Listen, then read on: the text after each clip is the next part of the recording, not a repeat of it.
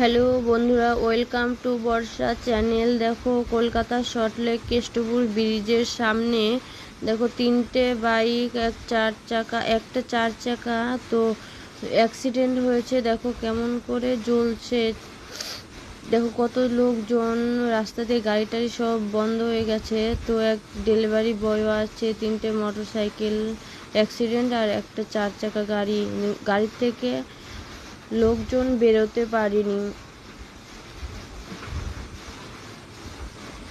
সাথে সাথে দুর্ঘটনাটা হয়েছে। দেখো পুলিশ এসছে, তো কত লোকজন দেখো। তো যে ভিডিওটা দেখছো তো শেয়ার করে দিও, আরও লোক দেখতে পারবে, বন্ধুরা দেখতে পারবে। তো এই ঘটনাটা ঘটেছে কলকাতা সল্টলেক কেষ্টপুর ব্রিজের সামনে ঘটনাটা ঘটেছে।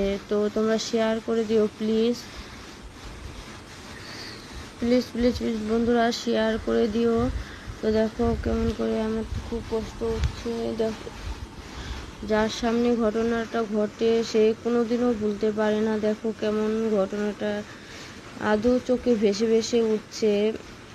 তো তোমরা বন্ধুরা শেয়ার করে দিও, যার মায়ের কোল খালি হয়েছে সেই তো বোঝে। প্লিজ বন্ধুরা শেয়ার করে দিও।